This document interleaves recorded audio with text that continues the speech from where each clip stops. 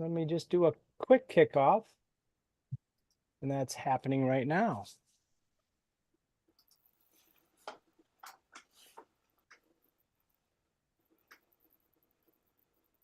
Let me just do a quick kickoff. All right.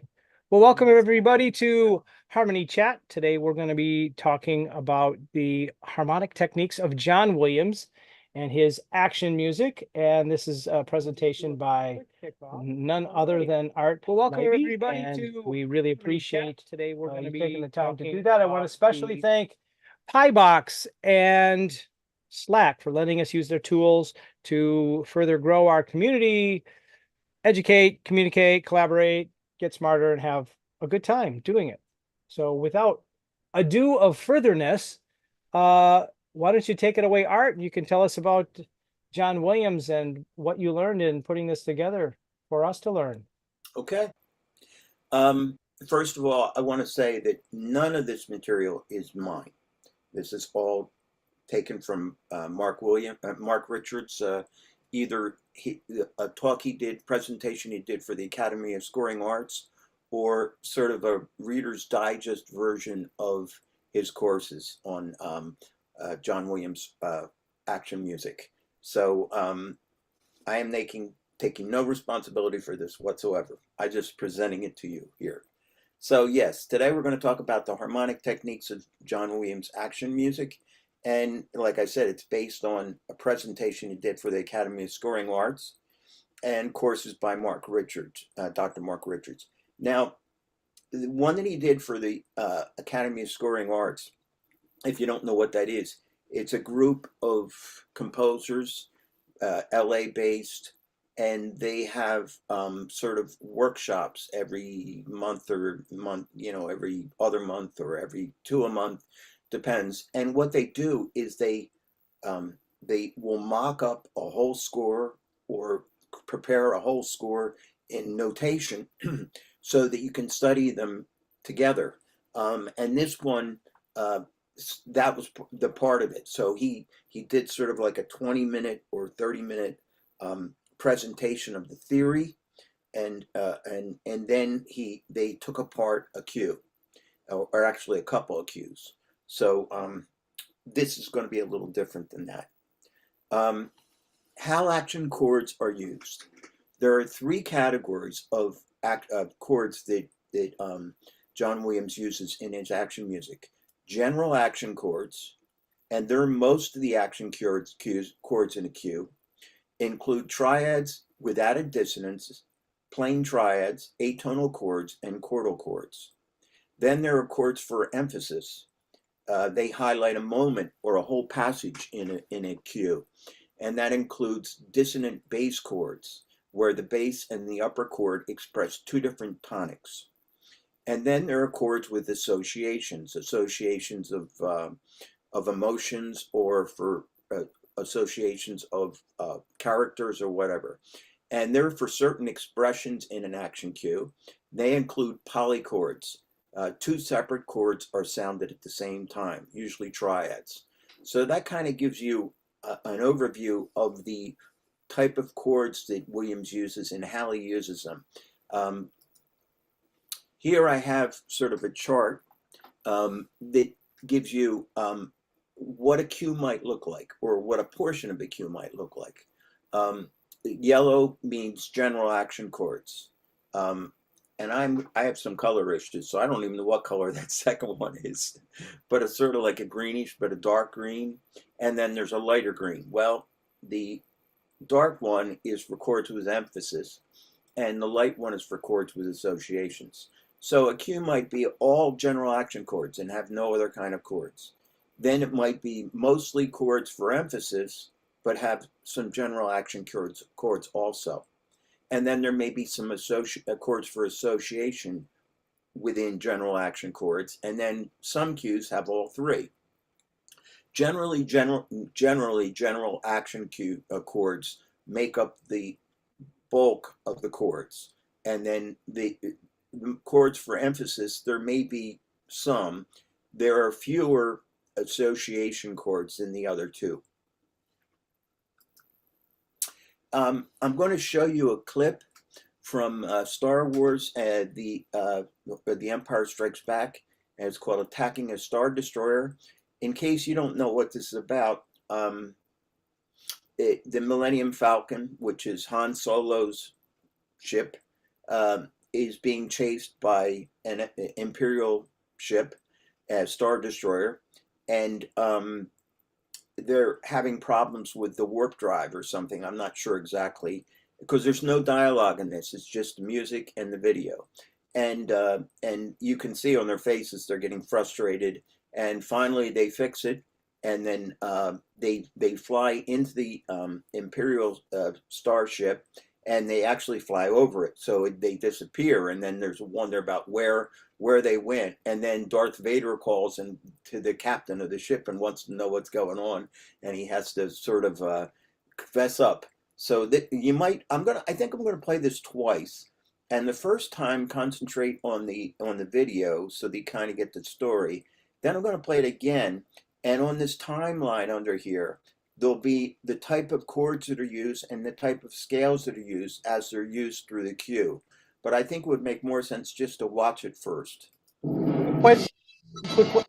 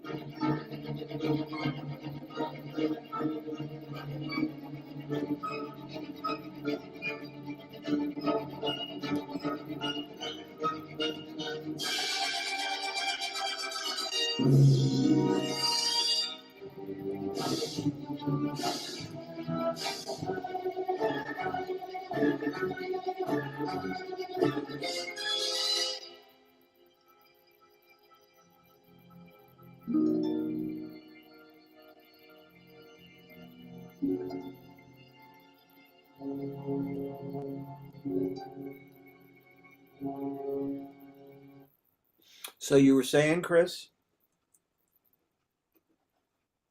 I can't hear you. The question was answered. I was wondering if it was a scene that actually had dialogue with it originally, and I see them moving their lips, so Yeah, there it had was dialogue with it conversation. originally. It's just they took that out. So this time I'm going to play it again, and this time concentrate on the type of scales and the chords that are used and when they occur with the action. So I'm going to play it again here. Thank you.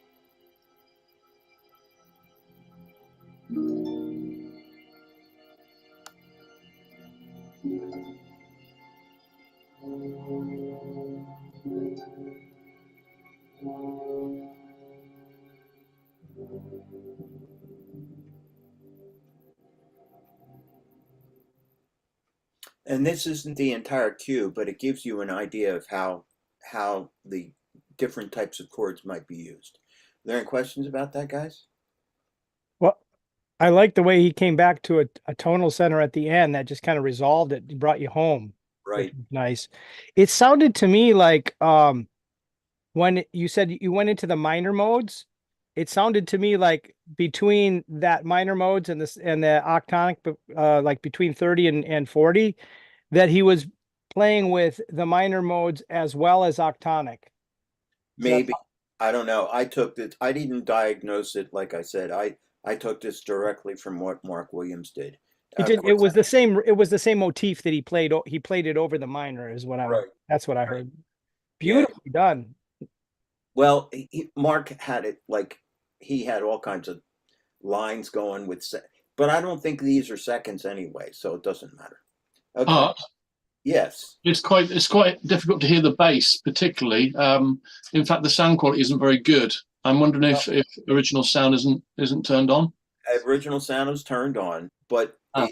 these are downloaded from YouTube. Yeah, So, they're you know, just infidelity.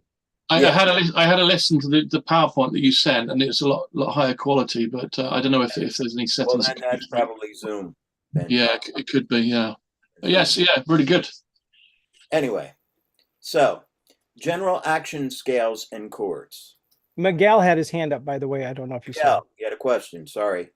Yeah, thank you very much for the presentation. That was nice. I have a question for the video. Let's say we go to YouTube and we want to see the action.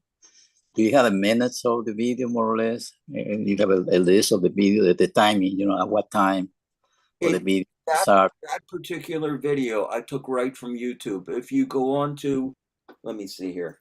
If you go onto YouTube and you type in Star Wars The Empire Strikes Back, attacking its Star Destroyer, it will come up. Okay? Because I downloaded it right from YouTube. Oops, sorry. Sorry. That might be interesting for us to do a unique scoring to picture with. Okay, let's see here. General action chord scales and chords. Many of Williams' action chords come from one of three action scales: octatonic, hexatonic, or Hungarian minor. Many times these same chords or other chords without the context of a scale. So there are chords that are taken from these scales, and sometimes they're related to the scales if they're in a section that's octatonic or hexatonic or whatever. But sometimes he uses these chords just because he likes the sound of them with no context to a scale. So that'll come up again. So octatonic scale overview. Octatonic. Now we've done a lot with octatonic, but it's interesting because he has a way of categorizing them that makes complete sense and is really helpful. So he uses the minor semitone whole tone version of the octatonic scales. And what he does is he labels them octatonic 1, octatonic 2, and octatonic 3, depending on what note they start with. So C octatonic with a half step whole step is octatonic 1. Starting on C sharp is octatonic 2. Starting on D is octatonic 3. And then, of course, when you get to the next note, it would be the same as octatonic 1. So there are three different octatonic scales. And in case you've forgotten, that's the octatonic scale sound. Whole half and half whole octatonic varieties. And this is interesting because this is this discussion that we've had, and it kind of gives you a different perspective. Why start the octatonic scale with a semitone rather than a whole tone? Starting with the semitone allows the first note to be, in other words, a C, the root of a major chord. So C, E natural, G, or the root of the minor chord. So either major or minor chords can be extracted from the scale starting on the root if you use the semitone whole tone. With the whole tone version, you can't build a root position major or minor chord on the first note, only a diminished. So we've had this discussion before, so I think that's something that is really important to to C. Octatonic chord built on the first degree. Possible traditional chords built on the first note of an octatonic scale. C major,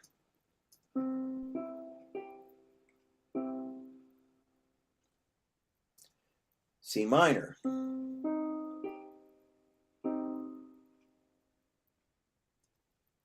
C diminished. Of course, they're the triads that you can build starting from the first note. Then you can build C diminished 7. You can build C minor 7 flat 5 or C half diminished. You can build C dominant 7. And you can build C minor 7. All off the root of an octatonic scale. Major triads of the octatonic scale. You can build 4 different major triads on any octatonic scale. Each of these chords are a minor third apart. So here's octatonic 1, and there are 4 different chords, major chords, built on this scale, each a minor third apart. So C major, E flat major, G flat major, and A major.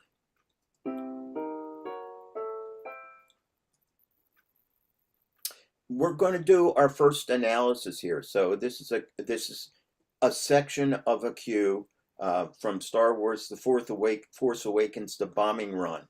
And the way he does this is he gives you the raw material and then he shows you analysis. This might not make sense with these first couple because they're rather simple, but later on you'll see what I'm talking about.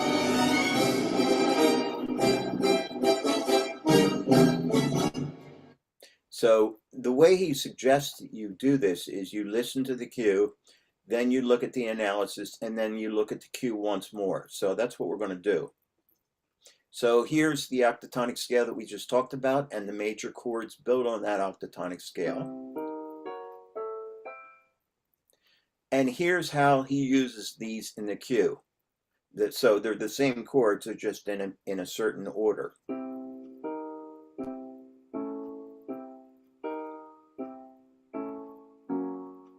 With that in mind, let's listen to it again because I think you'll hear it and have a different perspective.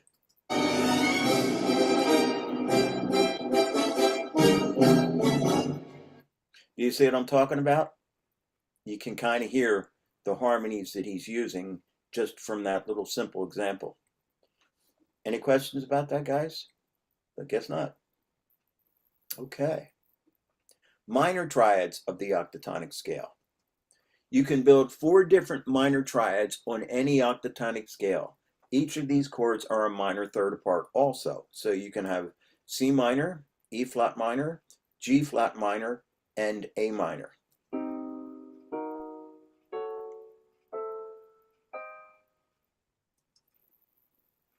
And here's another analysis. This one, Star Wars: The Empire Strikes Back, attacking a Star Destroyer, which is the first cue that we watched in the beginning of the presentation. Also, I should point out that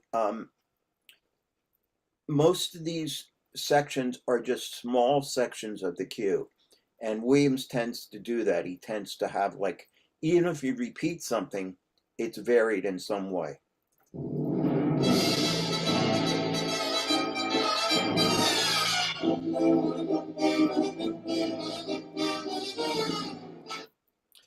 Here are the same thing we just talked about, the minor chords built on the octatonic scale.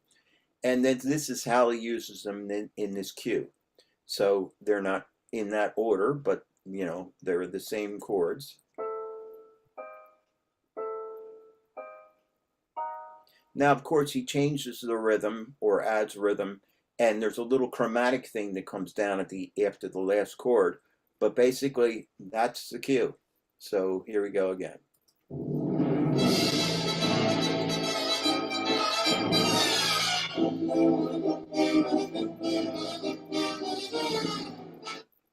Make sense, guys? Good. Okay, let's see here. Octatonic typical chords. Now, so far we've only been talking about 3 note chords and major and minor, but there are some typical octatonic chords that Williams tends to use. And here's our C octatonic 1 again. And here's one of the chords. It's C minor add sharp 4. So it's a C minor triad with the added the added sharp 4.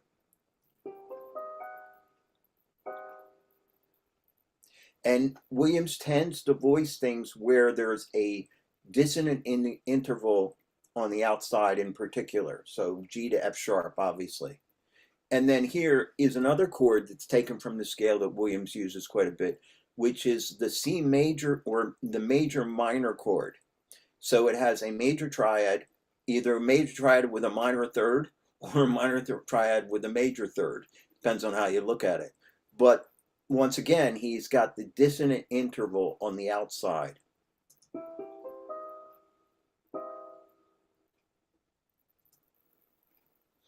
Major, minor, and minor add sharp 4.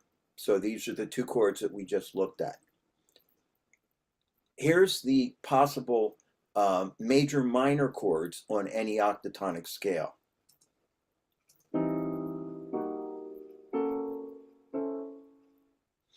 And here are the possible minor add sharp 4 chords on any octatonic scale.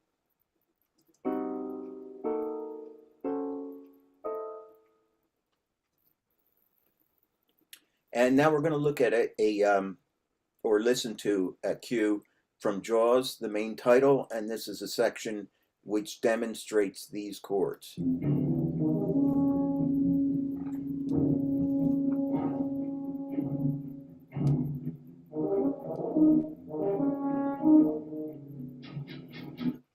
And this first one, I believe, is the major minor chord. Yes, and this is in the trombones, and also low strings in underneath those punches. That's the chord he's using there. Sorry, I talked over it. Anyway, let me see if I can play that again. I don't think so. Okay, well, here's the cue.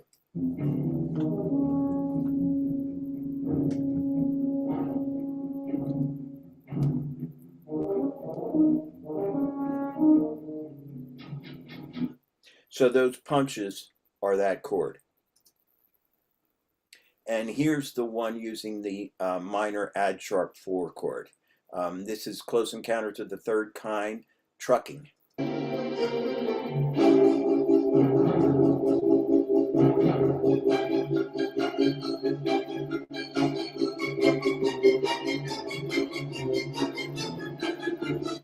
And this one's taken from Octatonic 2, and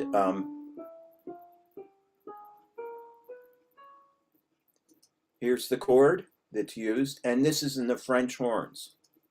That jump, jump, jump, jump, jump, jump, jump, that's that chord. So let's listen to it once again.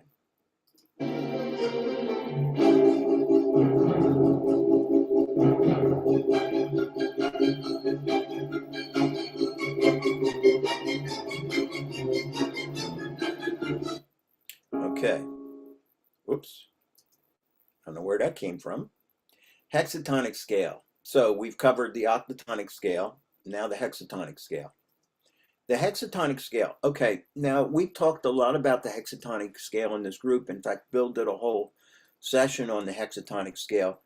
There are many different types of hexatonic scales, the whole tone scale, and any scale containing 6 notes is a hexatonic scale. The one that Williams tends to use or uses is this one, and it's a symmetrical scale in that it's the same intervals over and over again. So it's a minor third, then a semitone, then a minor third, then a semitone, then a minor third, and then a semitone. And this is what it sounds like. Oops. Right. Once again, there are 4 different types of hexatonics. Hexatonic 1, hexatonic 2, hexatonic 3, and hexatonic 4, depending on what note they're built on. So C to E flat, and then once you got to the next one, it would be the same as the first one. And that's the sound of the hexatonic scale. Hexatonic scale, tonal chords of 3 notes. So here's our hexatonic 1. Possible triads: C major, C minor, E major, E minor, A major, and A flat major and A flat minor. And they're constructed a major third apart in the hexatonic scale, whereas in the octatonic scale, it's a minor third. And here's an analysis of Star Wars: The Force Awakens, a section, The Falcon, and this is uses 3-note chords from the hexatonic.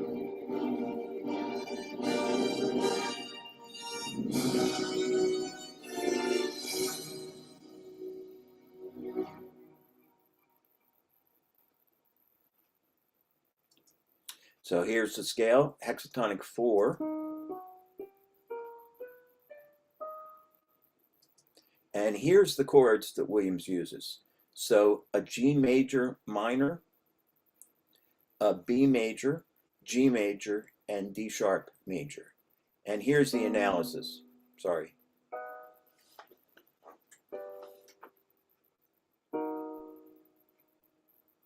Did you mean D sharp minor or D sharp major? Yeah, it's a D sharp major chord, and I don't know why it has D sharp minor. Like I said, I'm going to find things that I missed on the. Well, it could be either, right? Because it could be the major minor. Well, yeah, but it's not. It's probably D sharp. Well, let me look. It's D sharp major. There it is, right there. Sorry about that. Yeah, I knew I was going to find things. I found things yesterday, and that's why I put it up again. So that should be D sharp major there. So here's the analysis. And like I said, the first couple were fairly straight ahead, but these get a little more intense. So we're starting with a G major minor chord in the first section. And then it goes to B major in the whatever, it's not really measures, the kind of, yeah, we can see where the B major is. And then a 5-note chord taken from a different octatonic, taken from octatonic 3, back to B major. And then the last section with the woodwinds goes back and forth between G major and D sharp major, it should be. I don't know why I have it there too, so I apologize for that. Anyway, this is what it sounds like.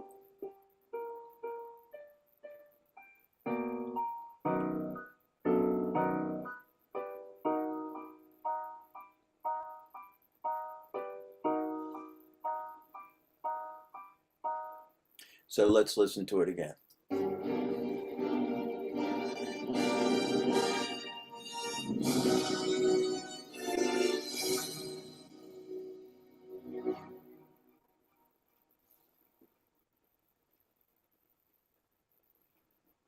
Okay. Hexatonic scales, tonal chords of 4 notes. Hexatonic common Williams chords. Here's your hexatonic scale again, number 1. And here's one of the common Williams chords, which we've used some, which is the C minor, minor major 7.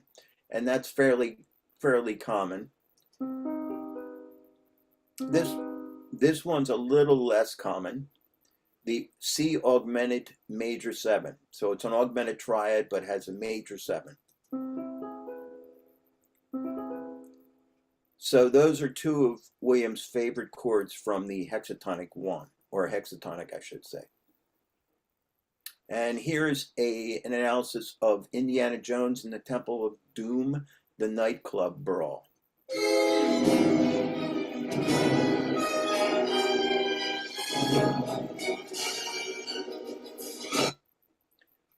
Here's the scale that the cue is taken, or the section is taken from.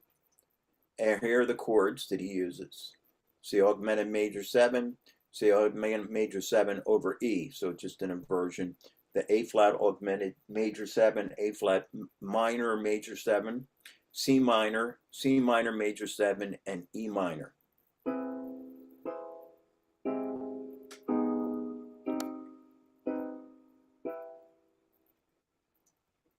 And here's the analysis.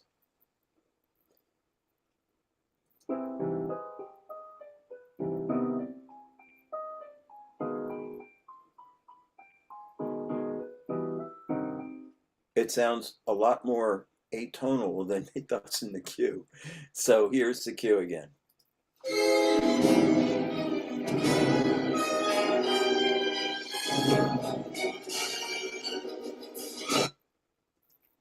Okay. The Miguel Hungarian has his hand minor. up. I'm sorry, Miguel. Yes? Yeah, Art, thank you. I have a question. Slide analysis, the question will be maybe there is any, how can I say, analysis on the, how he count with those progressions. Well, they're all taken from that scale. I know about how do you jump from the first to the sixth flat and then come back to the something like that, you know. Let me go on. It's something Wait a minute. that it maybe Let me get to the analysis so that I can answer your question or try to. So you're talking about here, right? Sorry.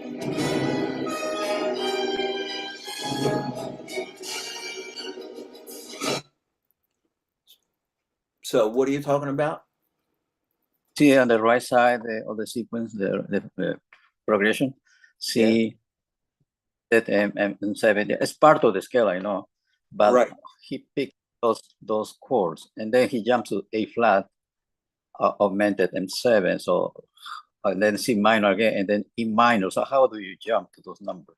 I don't know. I mean, he Maybe obviously there's all those chords are taken from that scale. I don't know how Yeah. he decided on what order to put them in. because that's important. Is that what you're asking? Yeah. Yeah, That's- I have that's the no order. idea. I don't think there's any system to it. He just liked it, I guess. And I don't know whether he came up with the chords first and then said, "Oh, let me create this melody over top." I have no idea, but Okay. I Okay, sorry that's that. thank you. That's fine. Thank you. Sorry, guys.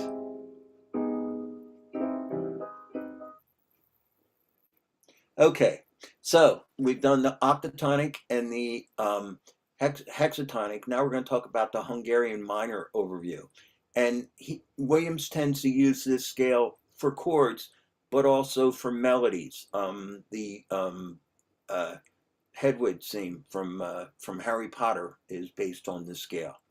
Lots of others. The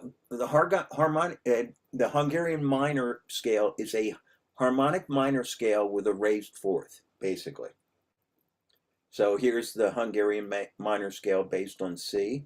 You can see it's a harmonic minor scale and has a sharp fourth. What this does, it creates, it creates two semitones in the middle of the scale, and these are distinctive part of the scale. This additional raised note creates two semitones in a row on 4, 5, and 6.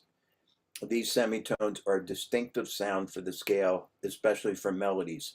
So he tends to use those notes of that scale to sort of, it's very clear that this is the scale he's using. Hungarian minor, 3-note chords. So here are the 3-note chords that are on the Hungarian minor. There are 5 useful tonal triads on the Hungarian minor scale. C minor, or first degree minor, E flat augmented, or the 3rd degree of the scale, augmented on the 5th degree, minor on the 6th degree, and minor on the 7th degree.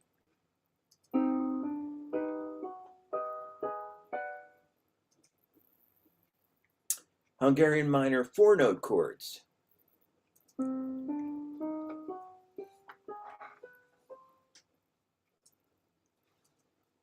C minor major 7, which was available in the hexatonic also. and the C augmented major 7, which was also available in the hexatonic. The Hungarian minor seems to be a good bridge between hexatonic and octatonic, because it shares some of the chords that are used in either scale. Here's a new chord that's part of this scale. Yeah, played that again, didn't need to. If we take the minor major 7, invert it, and then add the minor add sharp 4, put them together, what we come up with is this: C minor major 7, add sharp 4. And after a while, the nomenclature becomes, you know, like a mouthful, but that's what it is. And then if this is the way it's voiced in its regular position, but if you revoice it and create more dissonance between the intervals, you can come up with something like this.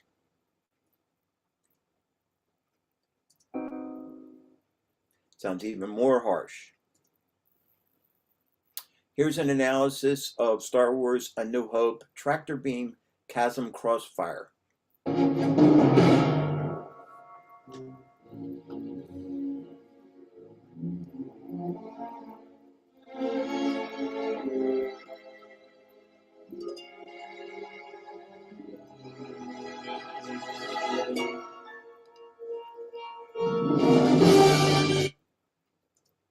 Here's the B flat Hungarian minor.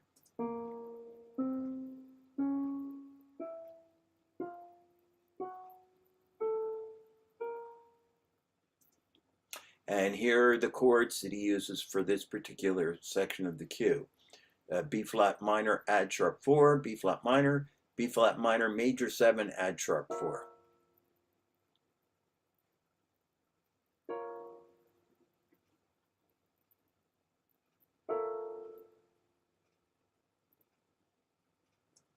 Here's the cue, or part of it. The last chords used in the last chord of the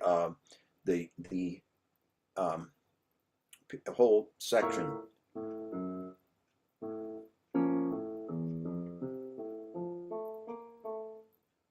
And then for the last chord, yeah, where is it though? It didn't show up. I wonder why. That's weird. So let me go back. Okay, never mind. You got the idea. General action scales and chords, independent action chords. I said earlier that sometimes he used the chords within the scale or in context of a scale, and sometimes not. Often the same chord as those from a scale, but there is no context of a scale. And these chords are the same kind of chords that we just went over, okay? But rather than having a context of a scale, he'll just use the chord because he likes the sound. Now, about halfway through, I would say, so what do you want to do, Chris? You want to continue or you want to take a break? Can't hear you.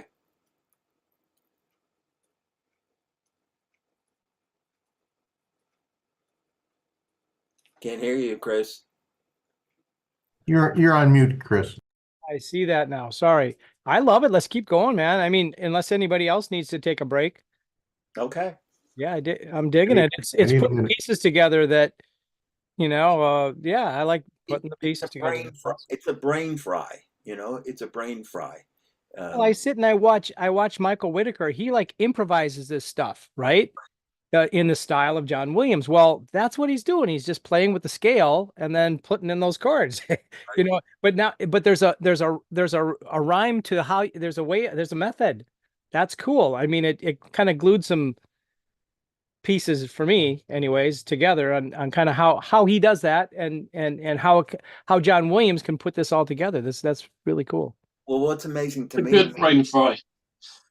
what's amazing to me is that the guy did this analysis, and he taught like film scoring and film analysis and that kind of thing in colleges. So So he's really, this is what he does, but it's still amazing that the way he's analyzed all this. What were you saying, Stu? It is a brain fry? It's a good brain fry. It's not a bad one. I'm enjoying it. I wish I had the ear to be able to listen to that and go, "Oh, that's a major, minor, flat in the Hungarian too, scale." you Yeah, know. it's like But that's what, that you would be know, really cool. I wrote to him and I said, did you have the scores for all this, or did you like just, you know, take it off of the recording? And he didn't answer me on that one, but I just wonder if he had the scores or if he just, you know, heard it all and just took it off. It's pretty amazing. Well, when you Well, can hear from somebody like Jacob Collier, you know, do these little vocal, he'll hear somebody singing a little solo thing and he'll put in these massive like harmonic things going together. He just hears that and then sings all the parts. It's mind blowing that's such a skill that I respect and admire, and it inspires me. It'd be interesting to see into the mind of John Williams to know when he chooses octatonic, hexatonic, and Hungarian minor. You know, what makes him choose those at different stages of the cue? As in, is it a certain type of sound he's looking for a specific type of cue? Do you know what I mean? I'm sure it is, Stuart. I just, you know, I'm sure it is. I mean, because he's been doing this for, you know, 60 and he's such a skilled pianist. I'd be willing to bet that he's hearing it and playing kind of like Michael Whitaker does, where he'll play something and go, "Oh, I like that," or maybe I'll change this or whatever. But he's like hearing it's coming out of him. He's expressing it through playing it first, and then putting it into paper, you know, from what he's hearing. The And, other thing is, you know, I mean, we have a problem hearing these things because we haven't worked with him as much as he has. But this was sort of like the staple of the composers for TV and movies in the 60s. So it was like, this is like for him, like, you know, hearing a major triad, you know? Anyway, planing as a concept. Planing is a concept overview. What is planing? Chords that move entirely in parallel motion. So here's an example of planing, going in whole tones, up a whole tone and going back down. The chords remain the same. Simple example of planing. By far, Williams' most plain chords are minor triads, but the technique is used with any type of chord, consonant or dissonant, and any number of pitches. Planing as a concept, there are three main ways to plane chords. By semitones and whole tones from no single scale, which is sort of what we did in that last example. So here is an example of that. The first two are both minor triads. They plane up in semitones and then back down. The next three are whole tone up, all minor triads. By having all its notes stay in a single scale, major, minor, or a mode. So in this case, I chose the Dorian, and these are all within the scale, and we're just going up in the scale. So here's that.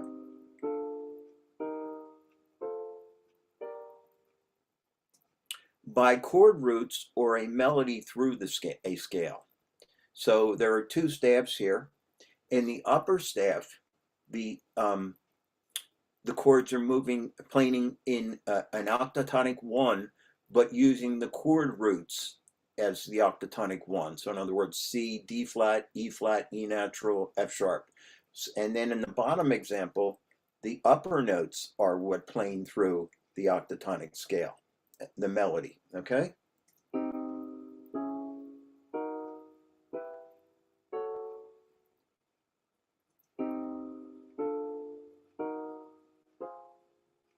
So you still get that octatonic sound in both cases, but they're different sounding. Here's an example of planing through semitones analysis.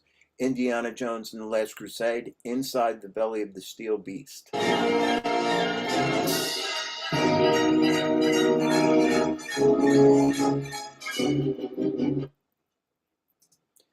And here's, and I forgot the L, so I had to put it in there. Here's planing through semitones. It's going down chromatically, and then in the next two chords are planed, but they're the supporting chords. So you'll see when you see the analysis.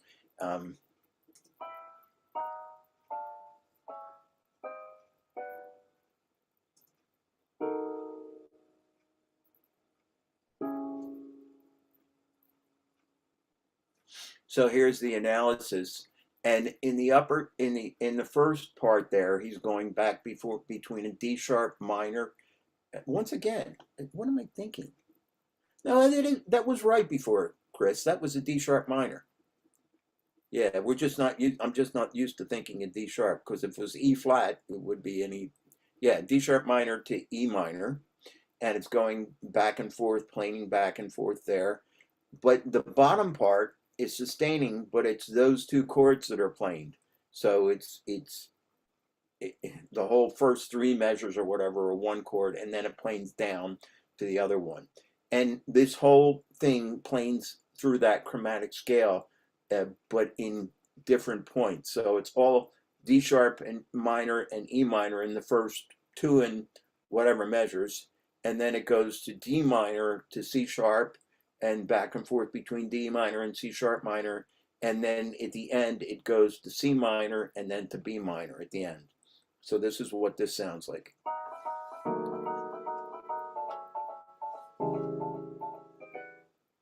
Okay, and then I don't think we need to listen to that one again. That sounds pretty much like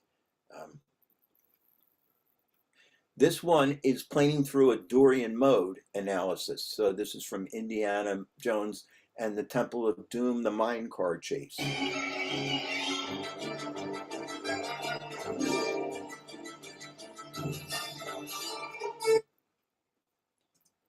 And these are the chords that he used, but he only uses the first two chords, planing back and forth.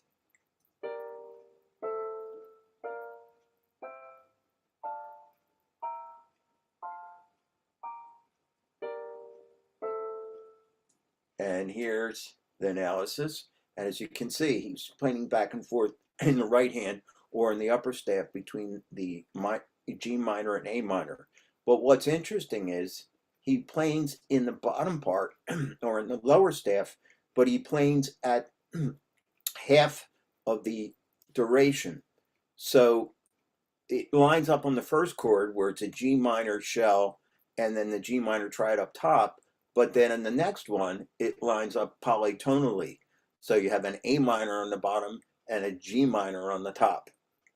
And then it comes back to they're synced up again on the fifth one or whatever it is. You have the fifth one. And then they're out of sync on the next one again. And then there's a completely different chord in the right hand or in the upper staff with the G minor. But the bottom part just goes back and forth between the G minor shell and the A minor. Whereas the upper part changes. And then on the bottom staff, the upper part, both the upper part and the lower part use different chords.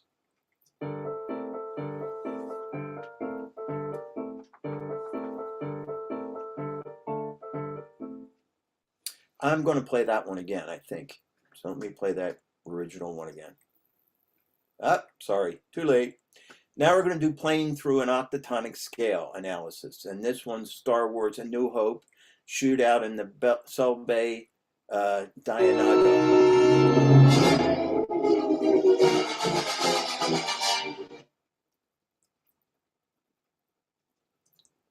And here are the chords that he used. There's our octatonic with the chords. And I'm not sure he used all of them on this one. Planing minor chords through octatonic scale. What's interesting, oh yeah, I remember. What's interesting here is that he uses the first four notes of the octatonic, and then he goes chromatic, so that all the semitones chords become closer together. So the first part is octatonic, and then it's chromatic. And on the bottom stats, if it had remained octatonic, it would have been that. And then here is the analysis of it. This 0134 down on the bottom there, these, we're going to talk a little bit about this later, but these numbers come from the concepts of set theory. And I don't want to get into set theory, but basically, sometimes that relates to chords themselves. Sometimes it relates to the intervallic melody or the way it's moving. In this case, that's the case. So 0 would be the B flat. 1 is 1 semitone down, which would be the A minor. 3 is the C, I think, yeah, let me think here. I had this figured out. Yeah, 3 is the C minor chord in relationship to the B flat, and 4 is the D, right? The D flat rather, right? That works.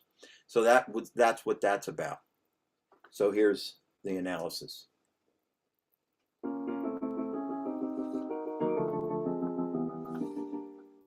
And I will try again to play this.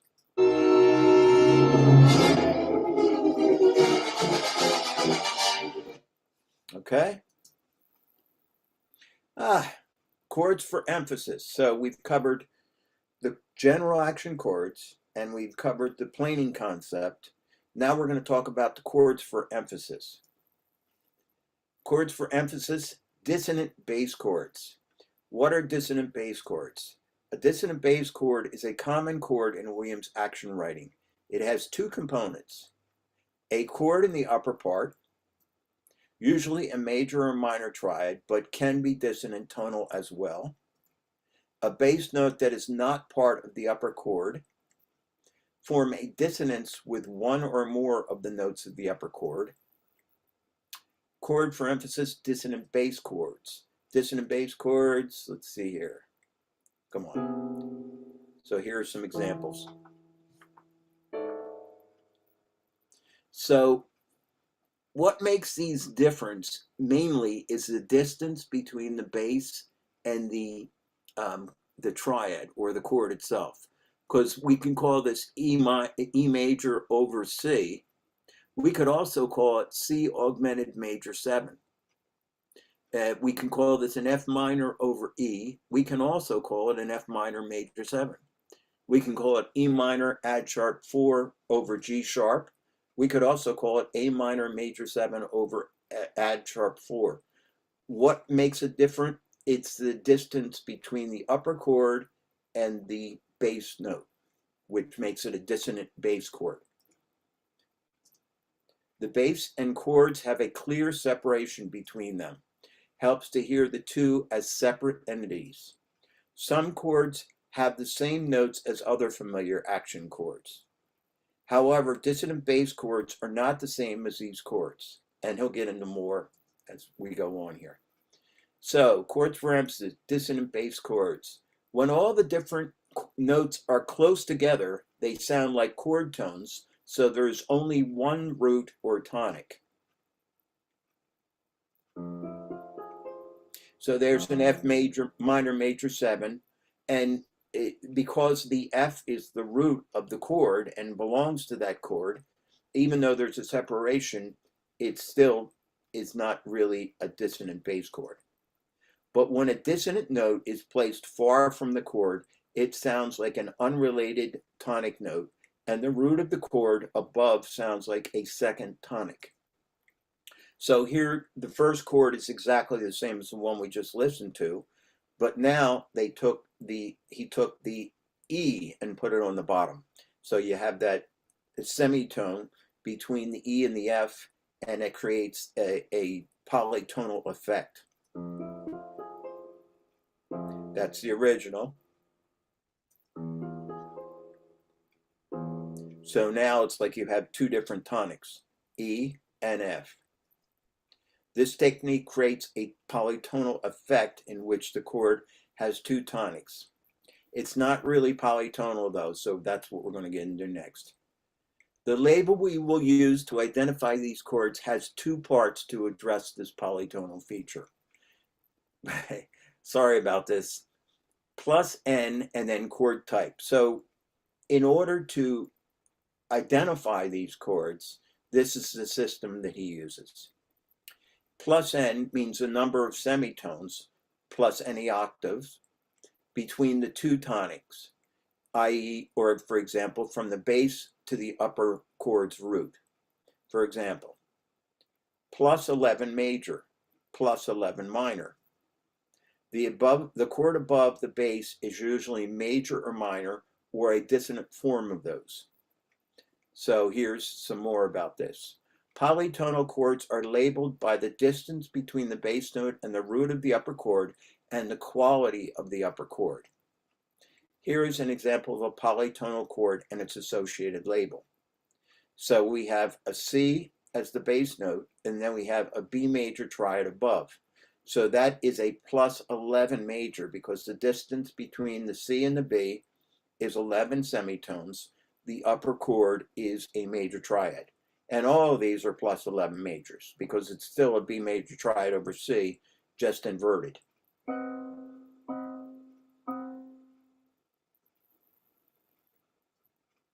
Part of the effectiveness of polytonal chords lies in the fact that the upper chord is never part of the major or minor scale of the bass note. This emphasizes the difference between the two tonics and creates tonal conflict in the chord. These are true polytonal chords, not polychords. We're going to get into that next. Dissonant bass chords are generally used independently of scales. In other words, they do not tend to be grouped with other chords that all come from certain scales. For example, octatonic, hexatonic, Hungarian minor. They can be used without the context of a scale anywhere, anytime. That said, however, the fact that they can derive from the action scales makes them a good fit with the other general action chords in Williams music. So he tends to use dissonant bass chords independently. So they're not necessarily connected to a scale. He'll just use them and for the effect. But they're a good fit with this type of writing because they can be extracted from these particular scales. Only certain distances between bass and upper chords are common in John Williams action music. Major chord plus dissonant bass. Plus 1 major, plus 4 major, plus 6 major, plus 9 major, and plus 11 major. Minor chord plus dissonant bass. Plus 1 minor, plus 3 minor, plus 6 minor, plus 8 minor, plus 10 minor, plus 11 minor. And dissonant tonal chords, dissonant bass. These sort of he just uses, ad hoc. So he may have a D minor add sharp 4 over, let me see here, what could I say? I don't know, over B flat. Does that work? Because it's not part of it.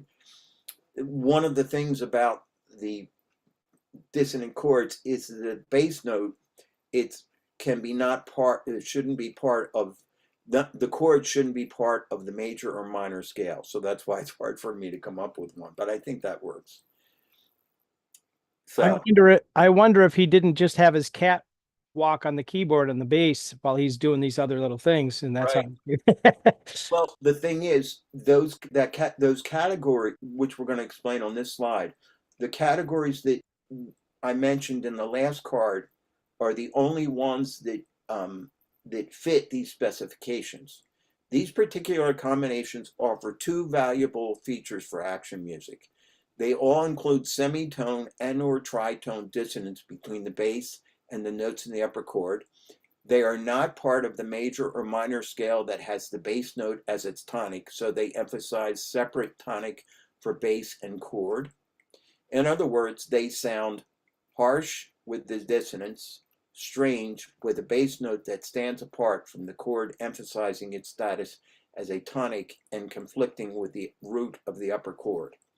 These are the only combinations that give these features. So in other words, the list that I went through in the previous one, where these are the the dissonant bass chords that Williams uses. They're the only ones that fit into all these particular specifications. Chords for emphasis, plus 6 major, plus 6 major. I'm only going to go through a couple of these because, you know, obviously it would take forever. So the plus 6 major chord, there we have it. The 6 is semitones between the C and the F sharp, a tritone, and then it's a major triad on top. Very common in Williams action music. The notes fit into the action scale of octatonic. But this is an action chord that doesn't need any scale context to sound like an action chord. And here's an analysis of this.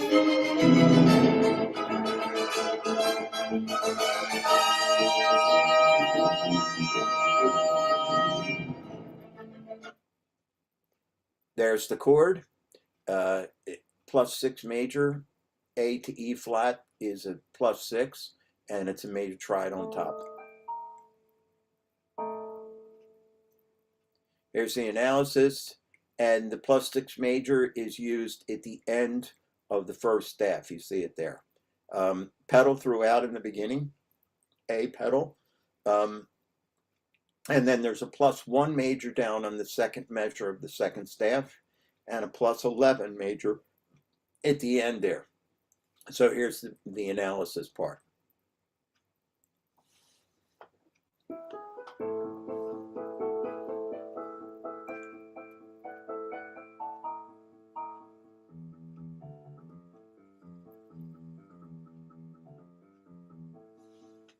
And I don't think I'm going to play that again. It's take forever. Now the plus 1 minor, here's another one that we're going to do an analysis for. The plus 1 minor chord, and that's what it looks like. The minor semitone between the bass note and the root of the triad, and the upper triad is minor. The most common dissonant bass chord in Williams action music. The notes fit into the action scale of hexatonic, and here's the analysis.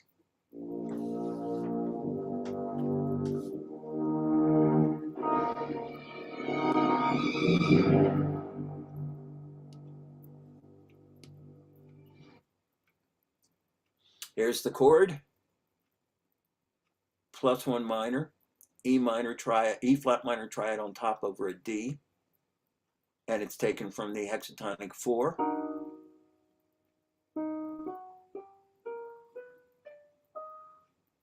And here's the analysis.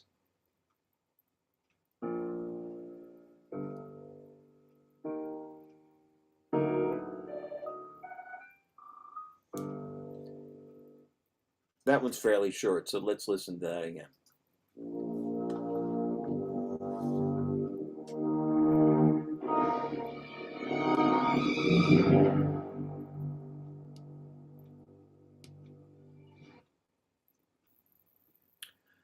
Dissonant tonal chords and a dissonant bass. Unlike dissonant bass chords that have a triad on top, those that have a dissonant tonal chord on top are usually treated as general action chords. So in this section, we've been talking about dissonant bass chords, and they're treated as chords of emphasis. But when they have a dissonant triad on top, or a triad with dissonant notes, or any kind of dissonant triad on top, they are considered general action chords in Williams writing. This differs from the triad-based dissonant bass chords, which are used for emphasis. Likely this difference has to do with the different sound qualities of the two types of chords in Williams action music.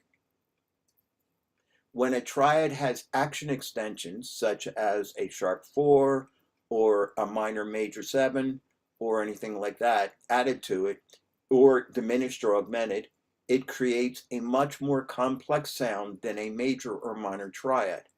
This is because there are many more intervals involved, and as a result, multiple 3-note chords mixed into the entire sound. For example, here are the 3-note chords found within a minor add sharp 4 chord.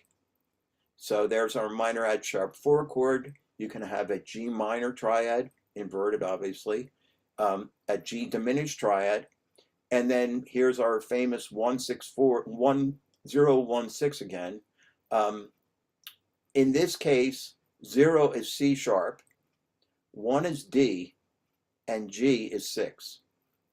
And in the next one, let me figure it out. Oh, 0 is D flat, D natural, and then B flat is a 4 semitones below the D flat.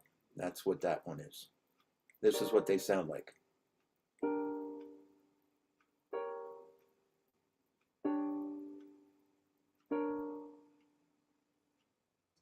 The last 3 triads destabilize the chord due to their dissonance. This emphasizes the dissonance of the chord rather than its tonic, which is more apparent when this upper chord is a consonant triad. Or consider the minor major 7 chord, another staple of Williams' action writing. So there's a minor major 7 chord, and then the triads within it, G minor, B flat augmented, and then more of those, which were. Does that make sense to you guys about the numbered thing? Because it took me a while to figure out what that was about until I started looking at these, and I said, "Oh, that makes sense now." It's really semitones. The root is 0. Correct. Yeah. Okay. But 014 does not mean specifically that chord. It could mean many different permutations, because the 0 could be 0 to 1 could be going up. It could be going down. Okay. It could, so if you want to know more about that, investigate set theory, because that's It's really, I mean, it's the absolute distance as opposed to up or down, right? I mean, it's correct. And some could be up and some could be down. right. Yeah. Yeah, it's getting complex.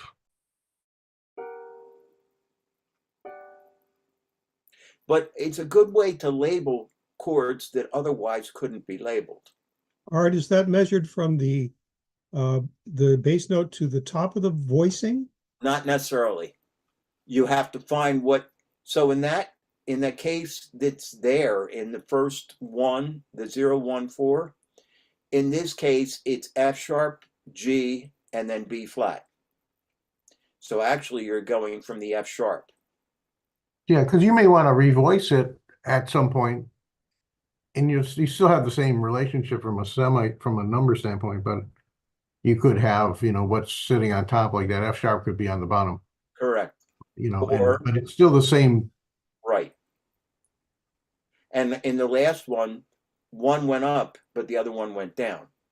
So I don't know. I'd have to investigate it more, but it actually is a way of labeling these, because in the next one, let me see here. Once again, Let me rephrase that, Art.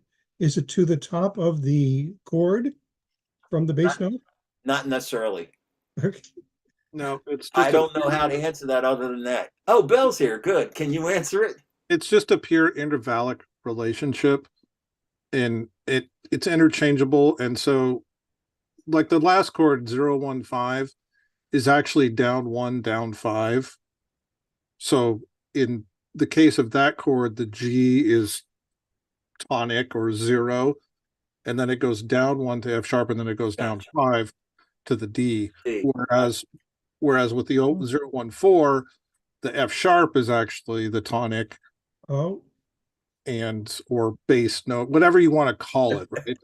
It's so unfortunately the thing about set theory is that it's kind of unnecessarily complex.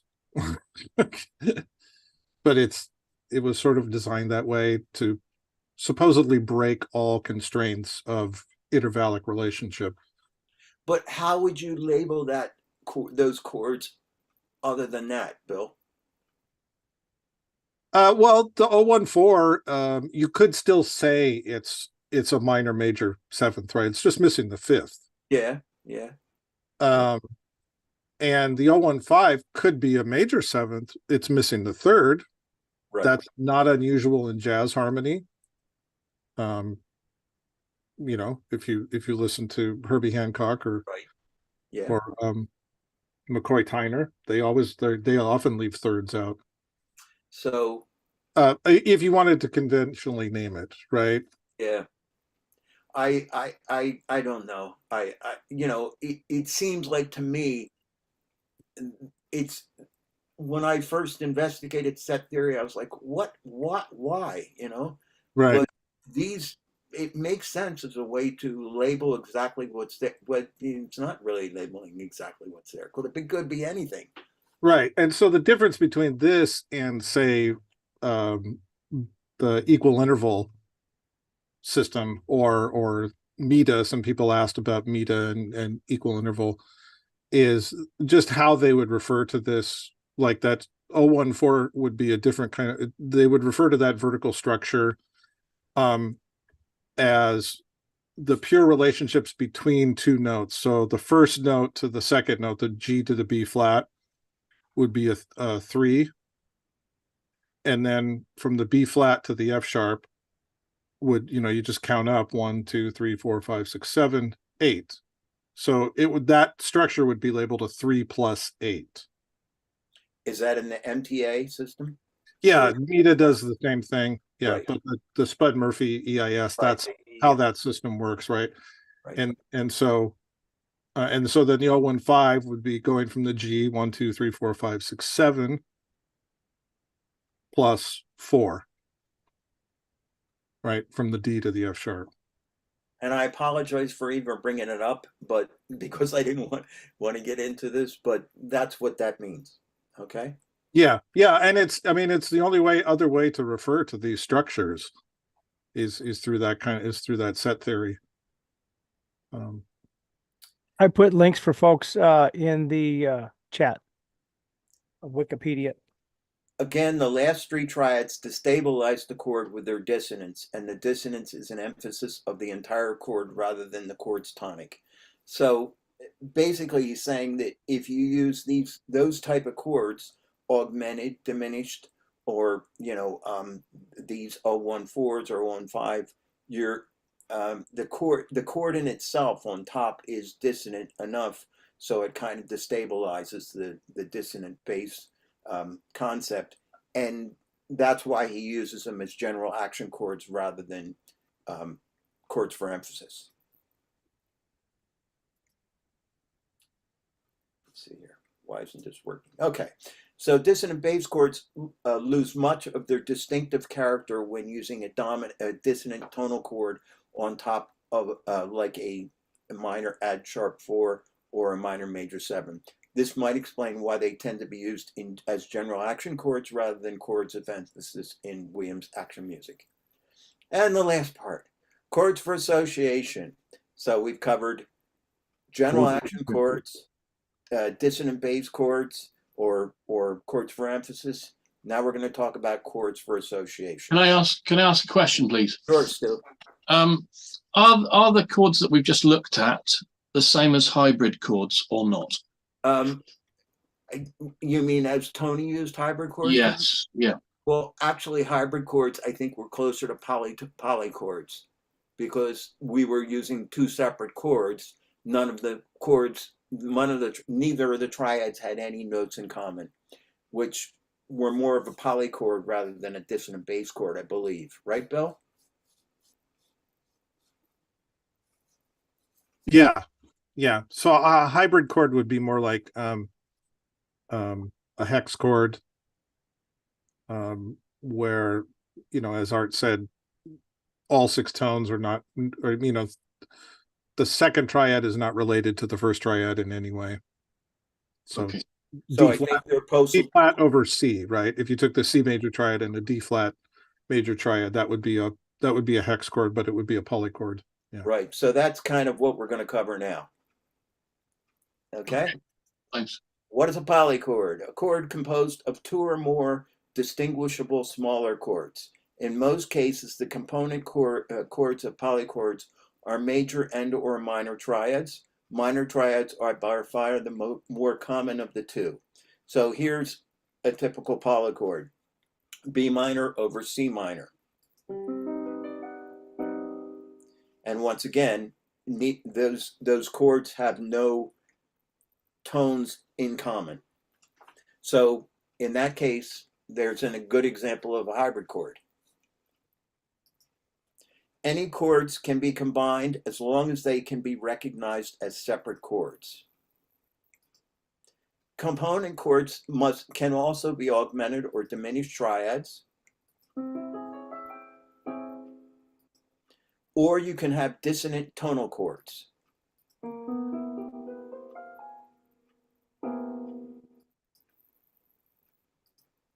In order for a chord to be heard as a polychord, it must make the component chords audible to the listener. This is done by writing the chords so that they have at least one of the following three features. Different registers, usually with at least a sixth between the chords. Different tone color. The notes of each component chords are kept in the same instrument or instrument family. Staggered entry. One chord sounds, then the second chord, then second sounds, usually over top of the first sustained. In these ways, the chords are heard distinctly but simultaneously as an essential aspect of polychords.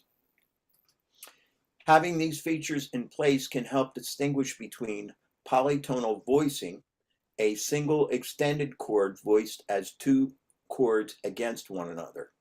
Polychords, two separate chords sounded together. Consider the following combinations of notes from the C minor and B minor chords. So here we have a B minor chord on top of the C minor chord, and the B minor chord is kept in the flutes and the oboes, and the C minor chord is in the horns. This is a polychord because there's a separate register. So in other words, we have the flutes and oboes up high, the horns in the middle register, and separate orchestration or instrumentation. So here's what that sounds like. This one is also a polychord because it has a staggered entry.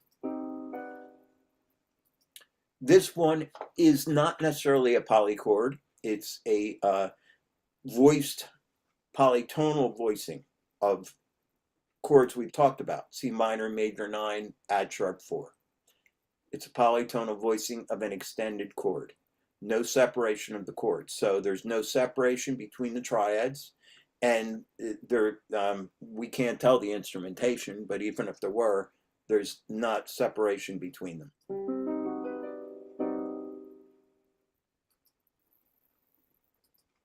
In Williams action writing, polychords are usually composed of a small handful of possible chord combinations.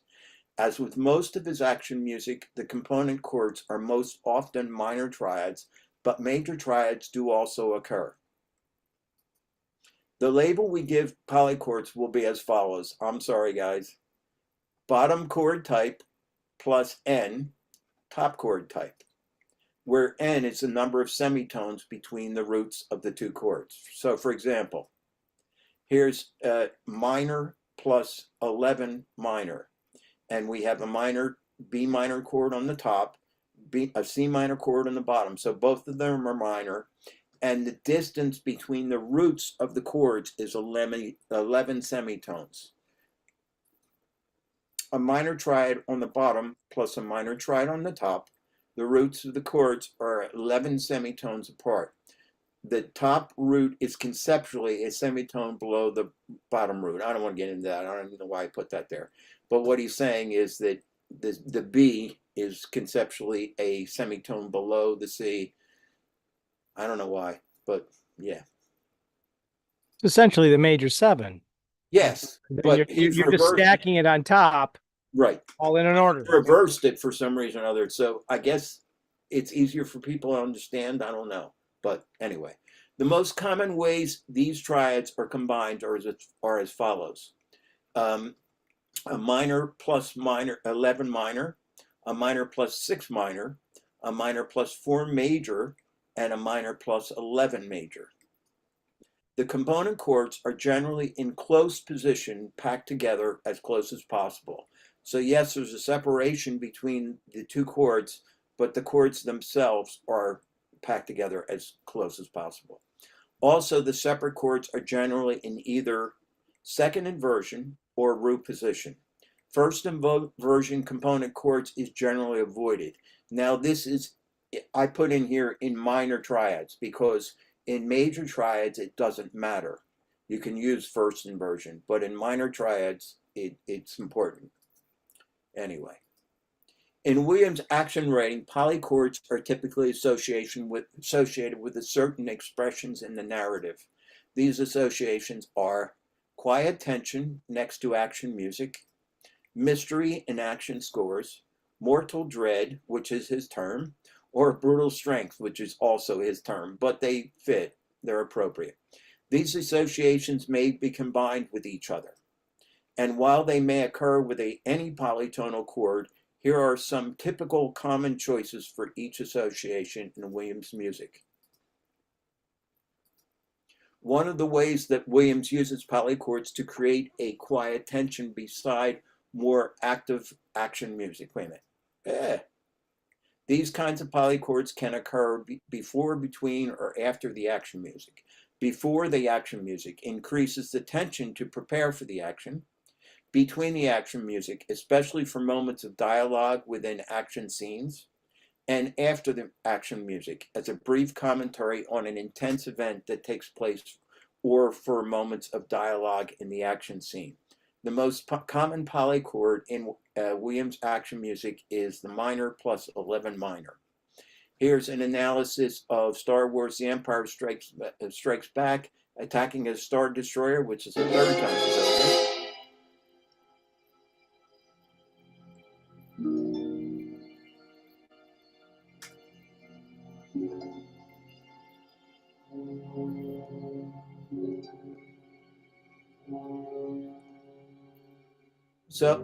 So if you remember, it's the place in that video that I showed up front where the Millennium Falcon disappears over top of the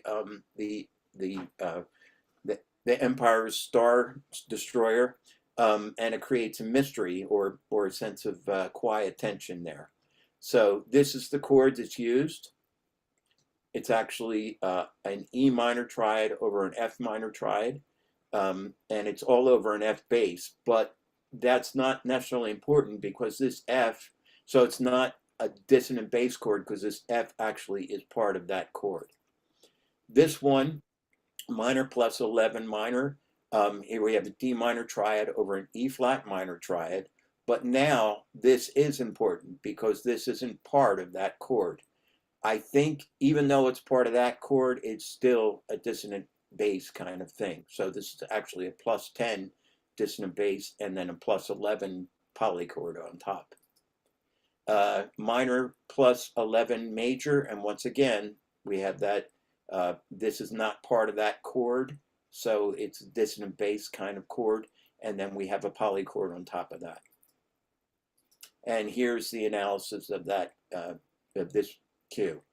So here we have the dissonant bass with the polychord on top and another polychord.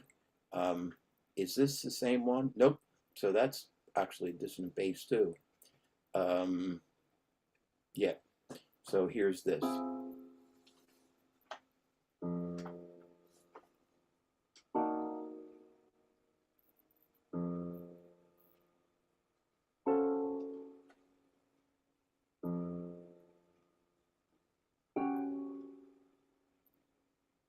And then obviously we have a very crunchy chord here at the end here, which isn't really a polychord because it's the same chord in both hands or both parts.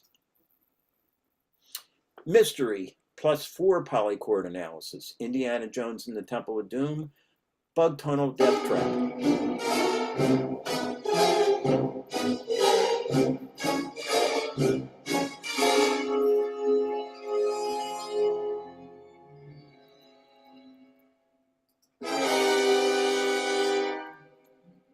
Sorry, I jumped the gun. So these are the minor minor polychords that are used. One minor major then two minor majors, the polychords that are used. And after a while, my brain's frying. So it's taken from the hexatonic, F minor, A major rather. I guess that's from over here. And then the last chord, I believe, was this one. I think it was, but let me look at the analysis here. The last is these two. Now, where are they up there? I don't see them. Oh, well.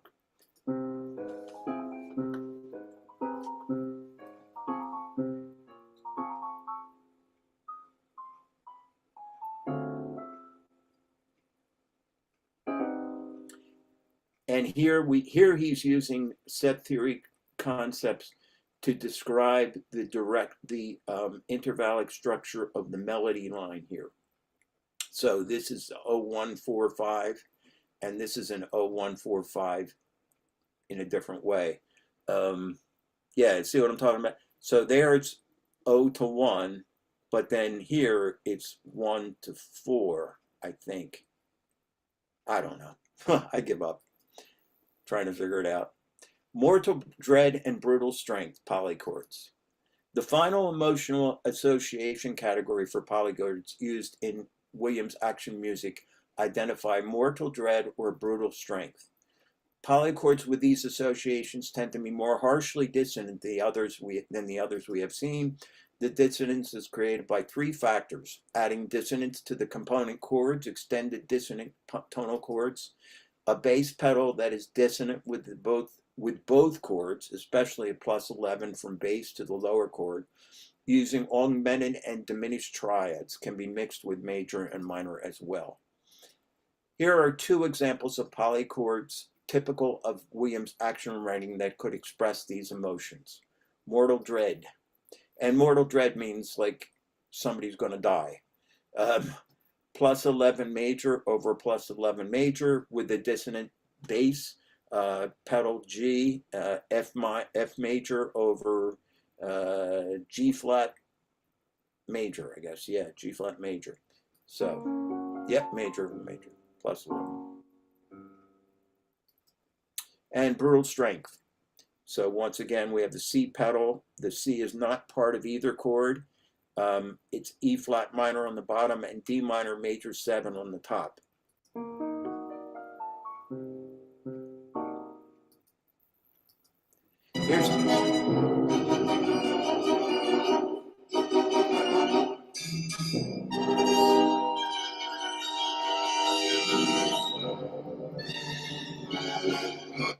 I'm sorry, I talked over the beginning of that.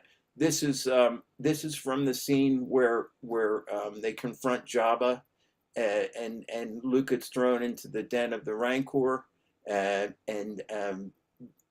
basically, I think the Rancor has already eaten the guard that goes down with Luke, and Luke's trying to find a way to escape.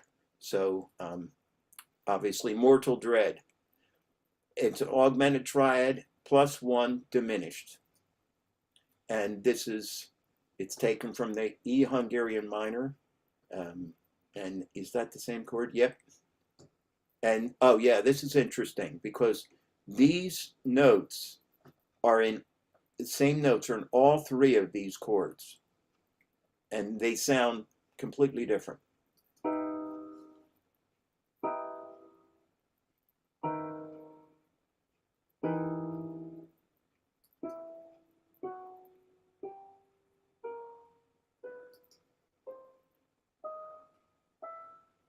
Here's the analysis of that particular cue. There is planing of minor triads in the last part here. Let me see here, what else is there?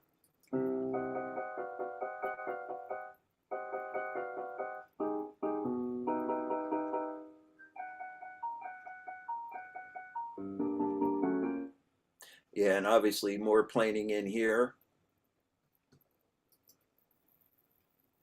The last analysis we're going to do is one on brutal strength. Would be like, you know, seeing a giant monster or an army that's about to vanquish their foe. This is taken from Star Wars A New Hope, Imperial Attack.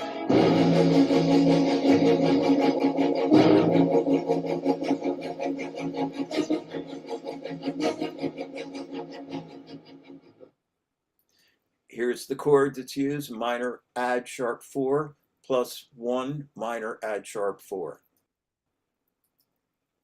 Hungarian minor it's taken from.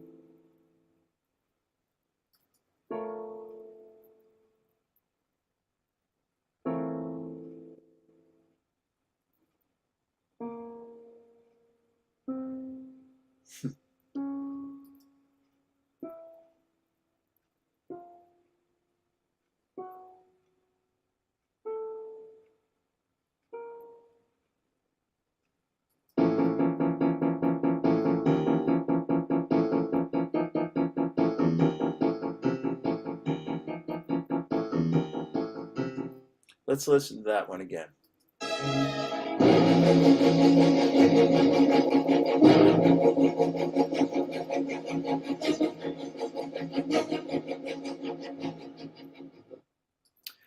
Okay. Hard to hear the bass notes on that one, but they're there. Yeah. Okay, so this is what I thought might be appropriate. Compose an action music cue in the style of John Williams of at least 30 seconds in length. That may not seem like much, but action music in this style is time intensive. You include at least 3 of the many techniques covered in the presentation. And here are some links to some things that might be helpful. There's one for the presentation on the ASA. Now, as non-members, you can only get to the short little clips of them, but it might be helpful. It's certainly interesting. And then here's a link to Dr. Richards' website, which is fantastic, actually. And I've taken, he has, I think, well, there are 3 courses just on John Williams action music now, and he's doing another one, so there'll be 4, but they're all like 5 hours in length as far as videos and whatever. And yeah, so this is sort of a Reader's Digest version of it, and there's a lot that I didn't include that was interesting, but too much. So thank you, guys. Art. Oh, Art, thank you, man. This was good stuff. I really found it valuable for gluing things together that, you know, what is it? The neurons in my brain would have been able to connect and light up and fire, you know, well, anyways, which is cool. I love to be inspired. And I keep thinking that John Williams, he must have been inspired by his cat somehow. He's got to have cats. He must be a cat guy. I don't know. Anyways, pretty Why, cool. Chris? Just because of that. The little, it's like the cat running across his keyboard. Yeah. Hey, that's for Jaws. I'm going to use that or whatever. I don't know. It's, I mean, but it's very logically, you know, and systematically planned. You know, he's got these techniques and they work and it's really cool. I appreciate you taking the time to put this together and grab some good source material for us to play with. So Don't forget that John is very much a product of his background. His father was a jazz musician and a studio musician. He was trained as a jazz pianist and was going to become a classical pianist until he decided that he wanted to compose when he was at Juilliard. But he studied composition when he was young with Mario Castelnuovo Tedesco, who was a very contemporary composer. You know, don't forget he worked as an orchestrator for years. That's how he got his start. And then he was an orchestrator for Franz Waxman, and so, you know, he had all of that European contemporary influence directly on him, aside from the stuff that he was absorbing a lot of, which of course was Stravinsky and Korngold and all that kind of stuff. And then worked in television, and like Art pointed out, these techniques were really common in television scoring in the 60s, 50s and 60s. You listen to anybody, and the way that Hoyt Curtin explained it to me one time was that they were constantly trying to detach particularly bass notes from harmonic structures so that it would not create a sense of tonality, so that there was this built-in ambiguity into what they were doing. And a lot of it was experimentation. There wasn't this sort of sort of now cataloged analysis of what they were doing. They were just trying to break tonality on purpose because that's what served what they were doing. So him coming up in all of that and playing on everybody, I mean, he played on everybody's scores. He played on Jerry Goldsmith's scores. He played on Mancini. Mancini scores. Yeah. Actually, he's a feature musician on a lot of Mancini's stuff. Right. Did you, William, have you read the book on John Williams that came out a few years ago? Yeah, I've read a couple. There's the one that I think he was an Italian guy wrote. Yeah, that's the more recent one, I think. There's an updated version too.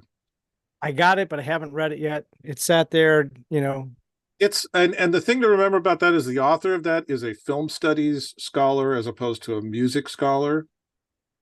So that's interesting. In some of his analysis is is kind of vague and overly scholastic at the same time. Mm-hmm. But there's a lot of good stuff in there, and there's a lot of great anecdotes in that. It's an entertaining book, definitely. Yeah, I read it. It's been a while. I'm gonna wrap this up. The recorded version, we can stick around afterwards, but thank you, Art, for putting this together. It sounds like a great exercise. Thank you for your input, William. And we'll see you the next time, but thank you to Slack and thank you to PyBox for letting us use their tools. Catch you on the next one. And let's see if we can kill the screen sharing there, and then everybody can kind of wave.